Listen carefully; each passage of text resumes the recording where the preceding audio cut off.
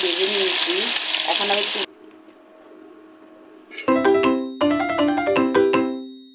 আসসালামু আলাইকুম, Shilpi's kitchen and ব্লগে আপনাদের স্বাগতম। আশা করি আপনারা সবাই ভালো আছেন, আমরাও ভালো আছি। আজকে আমি একটা নতুন রেসিপি নিয়ে আসলাম, শিং মাছ দিয়ে নতুন আলুর ঝোল। এখন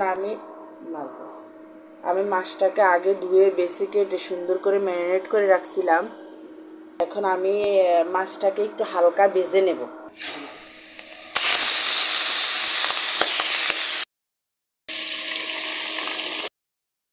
আমার আম্মা দেখতাম আগে এই মাছটা খসখসে পাতা বলতো, ওইটা দিয়ে পরিষ্কার করতো। শহরে তো আমি এটা মাজনি দিয়ে পরিষ্কার করছি। আপনারাও এইভাবে ট্রাই করবেন, মাজনি দিয়ে পরিষ্কার করলে অনেকটাই পরিষ্কার হয়ে যায়। দেখেন আমি হালকা ভেজে নিয়েছি, এখন আমি তুলে নেব। এইভাবে আমি এক এক করে সবগুলো মাছ ভেজে নেব।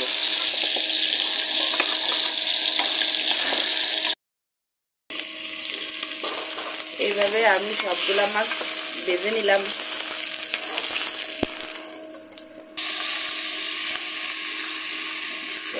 দিলাম কাঁচামরিচ,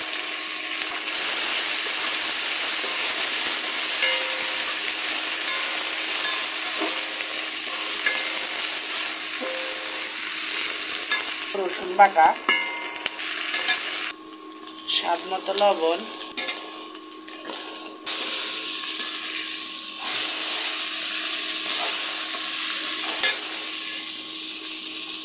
হলুদের গুঁড়া,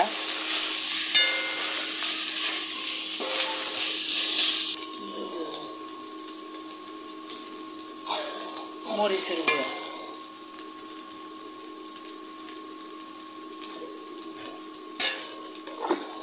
মশলা যাতে পুড়ে না যায় এজন্য একটু পানি দিয়ে দিলাম।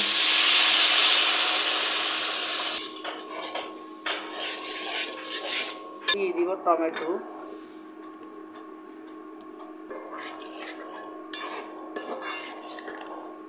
ভেজে রাখা মাছগুলো এখন আমি দিয়ে দিব।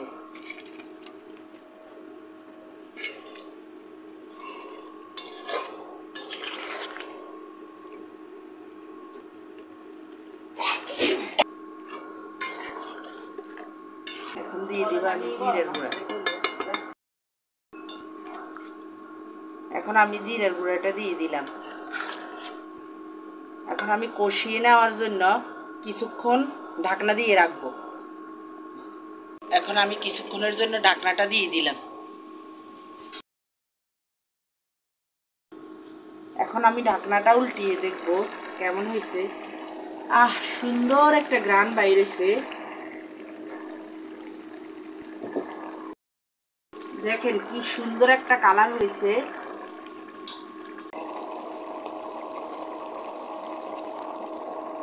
দেখেন কি সুন্দর কালারটা আসছে, অনেক সুন্দর একটা ঘ্রাণ বাইর হয়েছে। আমি সাথে অল্প আলু দিয়ে দিব। এখন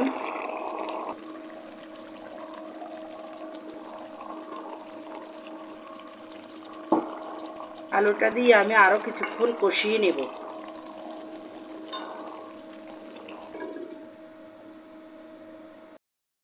আমি ঢাকনাটা উল্টিয়ে নিলাম। দেখেন আমার আলুটা অনেকটা সিদ্ধ হয়ে গেছে। আমি তো একটু ঝোল ঝোল রাখবো তরকারিটা, এই জন্য একটু পানি দিয়ে দেবো। এখন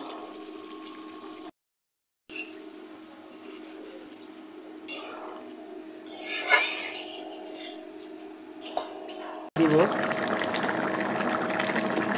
এখন আমি ধনিয়া পাতাটা দিয়ে দেব।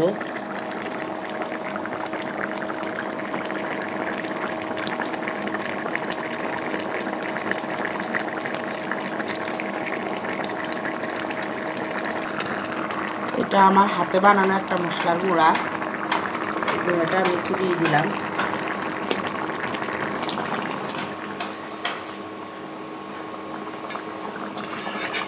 শিং মাছ দিয়ে নতুন আলুর পাতলা ঝোল আমার হয়ে গেছে। দেখেন অনেক সুন্দর হয়েছে কালারটা। অবশ্যই আপনারাও এভাবে ট্রাই করবেন।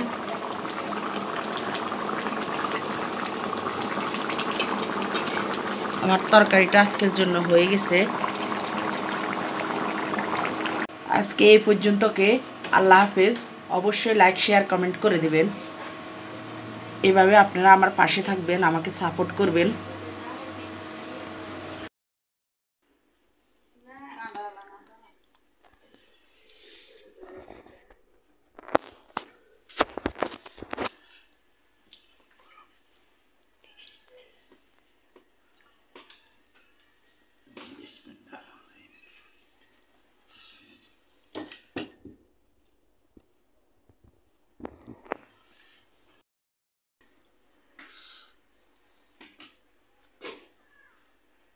আব্বাকে এরকম হয়েছে জিওল মাছের তরকারি ভালোই হয়েছে।